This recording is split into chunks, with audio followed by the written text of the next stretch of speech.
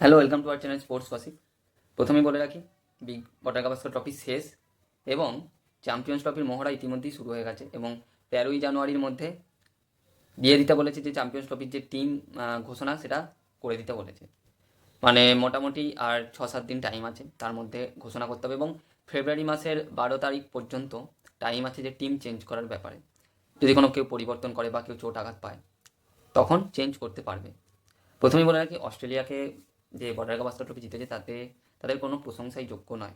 তারা যে কথা দিয়ে কথা রাখে, তারা যত কম প্রশংসা করা হবে সেটাই কম হবে। সুতরাং ব্যাড কমেন্টস একটা হেডেক, ট্রাভিস হেড একটা হেডেক, টিম ইন্ডিয়ার মেন হেডেক হচ্ছে এখন অস্ট্রেলিয়া। আর শুধু অস্ট্রেলিয়া নয়, টেস্টে ইতিমধ্যেই নিউজিল্যান্ডের কাছেও হেরেছে। তো যে টেস্টে যে একটা টিম ঠিকঠাক খেলছে না, সেটা কোচিং স্টাফদেরও, তারাও ব্যর্থ। ব্যাটিং কোচ গৌতম গম্ভীর কী অ্যাপ্রোচে খেলবে সেটাতে তারা এখনও কনফিউজড আছে এবং মেবি তাদের মধ্যে মনোমালিন্য হতে পারে, যে ক্যাপ্টেন কোচের মধ্যে যে কিছু ব্যাপারে আলাদা হয়তো মত হতে পারে। তো সেই জন্য হয়তো টিম কম্বিনেশন এখনও ঠিকঠাক হচ্ছে না, কিন্তু যত তাড়াতাড়ি সম্ভব এটাকে থেকে বেরিয়ে আসতে হবে। এবং টেস্ট ক্রিকেটে টেস্ট ক্রিকেট অবশ্যই টেস্ট ক্রিকেটই সবথেকে উত্তেজনাপূর্ণ এবং টেস্ট ক্রিকেটের যে মাহাত্ম্য, খেলায় যে ওঠানামা আছে প্রত্যেক সিজনে, সেটা একটা সেশনে, প্রত্যেক সেশনে যে ওঠানামা আছে সেটা হচ্ছে টেস্ট খেলার একটা যে মেন্টাল টাফনেস দরকার, সেটা টেস্ট খেলা থেকেই আমরা পাই। অবশ্যই ওডিআই টি20তেও আছে, কিন্তু টেস্টে খেলা 5 দিন ধরে ধৈর্য ধরে খেলা একটা অনেক মেন্টাল প্রেসার পড়ে বোলার ব্যাটার এবং ধকল যায় শারীরিক। প্রথমে বলে রাখি যে টিম ইন্ডিয়ার যে ব্যাটিং সেটা চূড়ান্ত ব্যর্থ, বোলিংও ব্যর্থ। জসপ্রীত বুমরাকে বাদ দিয়ে কোনো বোলার কিন্তু সেরম বল করতে পারেনি। সুতরাং বলা যেতে পারে বোলিং ব্যাটিং ব্যর্থ। কয়েকটা প্লেয়ারকে বাদ দিয়ে টোটালি অস্ট্রেলিয়া আউট প্লেট করেছে ইন্ডিয়াকে। এবং ইন্ডিয়ারও অবশ্যই ব্যাটিং ব্যর্থতা যদি না হতো, অস্ট্রেলিয়াকে হয়তো তারাও সিরিজটা অন্তত 2-2 ড্র হতো এবং ফিফথ টেস্টটায় সিডনি টেস্টে যদি জসপ্রীত বুমরা চোট না পেত তাহলে হয়তো বা ইন্ডিয়া আরও টাফ ফাইট দিত। প্রথমেই যে সিনিয়র দুটো প্লেয়ার বিরাট কোহলি এবং রোহিত শর্মা, অবশ্যই তাদের অনেক ফ্যান ফলোয়িং আছে, তাদের অনেক পাওয়ার আছে, কিন্তু যদি তারা এরকম খেলতে থাকে মেবি আরেকটা টেস্ট ম্যাচ সিরিজ দেখা উচিত। যদি সেখানেও এরকম পারফরমেন্স দেয় তাহলে তাদেরকে নিজেদেরই জায়গা ছেড়ে দেওয়া উচিত, অথবা নির্বাচকদের তাদেরকে বলে ছাড়িয়ে দেওয়া উচিত। কারণ এখানে কোচ কিছু করতে পারবে না, সিনিয়র প্লেয়াররা ব্যর্থ হয়েছে, কোচ কী করবে? তারা এত বছর ধরেই খেলছে, তারা এত বছর অস্ট্রেলিয়ায় খেলেছে, বিদেশের মাটিতে খেলেছে। তারা যদি 10, 12, 15 অ্যাভারেজে ব্যাটিং করে গোটা সিরিজে, তাহলে সেখানে কোচ কী করবে বা ম্যানেজমেন্ট কী করবে? এটা চূড়ান্ত তাদের ব্যর্থতা। তাই ব্যাটিং নিয়ে অবশ্যই ঘষা মাজা করতে হবে সবাইকে।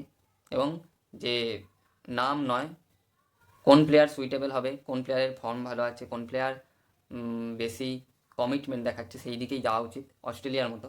অস্ট্রেলিয়া কিন্তু এটা দেখে না যে কে ক্যাপ্টেন, কে হলো কে না হলো, কিচ্ছু যায় আসে না তাদের। স্টিভ স্মিথ কিন্তু ক্যাপ্টেন নেই, স্টিভ স্মিথ কিন্তু বেস্ট ক্যাপ্টেন। প্যাট কমিন্সের থেকেও যদি আমাকে পার্সোনালি বলা হয় যে টেস্ট ক্রিকেটে কে বেটার ক্যাপ্টেন, অবশ্যই স্টিভ স্মিথ। স্টিভ স্মিথের ক্যাপ্টেন্সি অসাধারণ। কিন্তু যে ব্যাপারটা হয়েছিল তাদের স্যান্ড পেপার কেসের পর, তারপরে কিন্তু প্যাট কামিন্স, টিম পেনের পর প্যাট কামিন্স দায়িত্ব নিল, কিন্তু তাদের কাছে মেন যেটা ব্যাপার হচ্ছে সেটা হচ্ছে টিমে খেলতে হবে। তারা ক্যাপ্টেন্সি যে কেউ করতে পারে, ক্যাপ্টেন্সি নিয়ে কিছু যায়ও আসে না, কিন্তু টিম ইন্ডিয়ার মেন প্রবলেম হচ্ছে ক্যাপ্টেন্সি। অনেক প্লেয়ার আছে, ক্যাপ্টেন্সি যদি চলে যায় বা ক্যাপ্টেন্সি যদি ছাড়িয়ে দেওয়া হয় সেটা নিয়ে অনেক বিতর্ক হয়, কিন্তু অন্য দেশে বিশেষ করে অস্ট্রেলিয়া হোক, নিউজিল্যান্ড হোক, ইংল্যান্ড হোক, এখানেই বিতর্কটা হয় না। তাই জন্যে টেস্ট ক্রিকেটে যে এখন ভারতের যে ডাউনফল চলছে সেটা থেকে আশা করি কাটিয়ে উঠবে এবং কম্বিনেশন ঠিকঠাক করবে। প্রথমে যে পজিটিভ দিকগুলো আগে দেখে নিই, কারণ নেগেটিভ দিক অনেক আছে।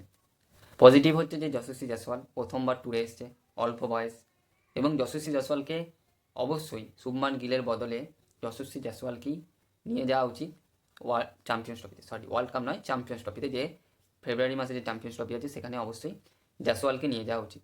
এবং নীতিশ কুমার রেড্ডি একটা বিগ ইম্প্যাক্ট, ভালো বল করেছে, খারাপ নয়, খুব খারাপও নয়, খুব ভালো নয়, কিন্তু বোলিংও ভালো করেছে, ব্যাটিংও ভালো করেছে। এবং অবশ্যই ওকেও নিয়ে যাওয়া উচিত চ্যাম্পিয়ন্স ট্রফিতে, কারণ স্পিন খুব ভালো খেলে, পেসও ভালো খেলে দেখলাম, মেন্টালি খুব টাফ প্লেয়ার আছে, সেটাও একটা দেখা যাবে। এবং তাকে নিয়ে গেলে একটা বোলিং অপশনও বেড়ে যাবে, অ্যাজ এ ব্যাটার খেলতে পারবে, অ্যাজ এ অলরাউন্ডারও খেলতে পারবে এবং দুর্দান্ত ফিল্ডার। তো নীতিশ কুমার রেড্ডিকে টেস্টের ফর্ম হিসেবে দেখছি না, ওডিআইও ভালো খেলতে পারবে আশা করি, টি20 তো ভালো খেলেই এসছে, তো তাকে নিয়ে যাওয়াটা উচিত। জাসওয়াল, বুমরার কথা বাদই দিলাম, Bumrah best bowler right now এবং ম্যান অফ দ্য সিরিজও হয়েছে।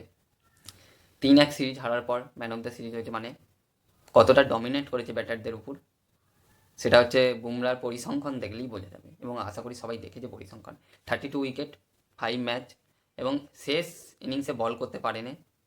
তো জসপ্রীত বুমরা, সাথে সাথে এই সিরিজে আরেকটা বোলারের নাম না উল্লেখ করলেই নয়, সেটা হচ্ছে স্কট বোল্যান্ড।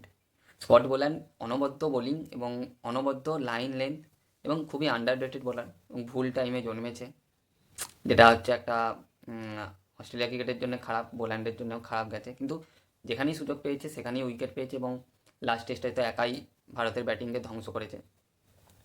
তো অস্ট্রেলিয়ার দিকে আসি। অস্ট্রেলিয়া যথেষ্ট ভালো খেলেছে শেষ শেষ টেস্টে, বিশেষ করে বোলিংয়ে, এবং কয়েকটা প্লেয়ার টিম ইন্ডিয়ার কাছে মাথা ব্যথা হচ্ছে, প্রথমত ট্রাভিস হেড, প্যাট কামিন্স এরা। এবং অস্ট্রেলিয়া ইন্ডিয়া সিরিজে যে স্লেজিং হবে না এটা তো নয়, কিছু স্লেজিংও দেখা গেছে। স্যাম কনস্ট্যান্স, যে নতুন প্লেয়ার লাস্ট দুটো টেস্ট খেলেছে, তাকে যেভাবে স্লেজিং হয়েছে, বা সেও যেভাবে ইন্ডিয়ার প্লেয়ারদের স্লেজিং করেছে, সেটাও আমরা দেখেছি। তো এক কথায় অ্যাবসুলেট সিনেমা যেটা বলে, গোটা সিরিজে হয়েছে। এবং কিছুটা আমাদের মন খারাপ, কারণ এত বছর পরে বিজিটি আবার অস্ট্রেলিয়ায় চলে গেল। লাস্ট ওরা জিতেছে 2014 সালের পর, আবার 24-25 বিজিটি পেল, 10 বছর পরে পেল। তো অবশ্যই খারাপ লাগবে, কিন্তু খেলায় হার জিত আছে, সেটা নিয়ে মাথা কামালে হবে না। ফিউচারে কীভাবে এগিয়ে যেতে হবে সেটাই দেখতে হবে, এবং চ্যাম্পিয়ন্স ট্রফির দল ঘোষণা সামনেই আছে, সেটার দিকেও মাথায় রাখতে হবে যে কীভাবে টিম ভালো খেলবে, কী কম্বিনেশন হবে। তো ধন্যবাদ, আজকের মতো এই পর্যন্তই, এবং পরবর্তী ভিডিও আরও আসবে ফুটবল এবং ক্রিকেটের বিষয়ে। ধন্যবাদ।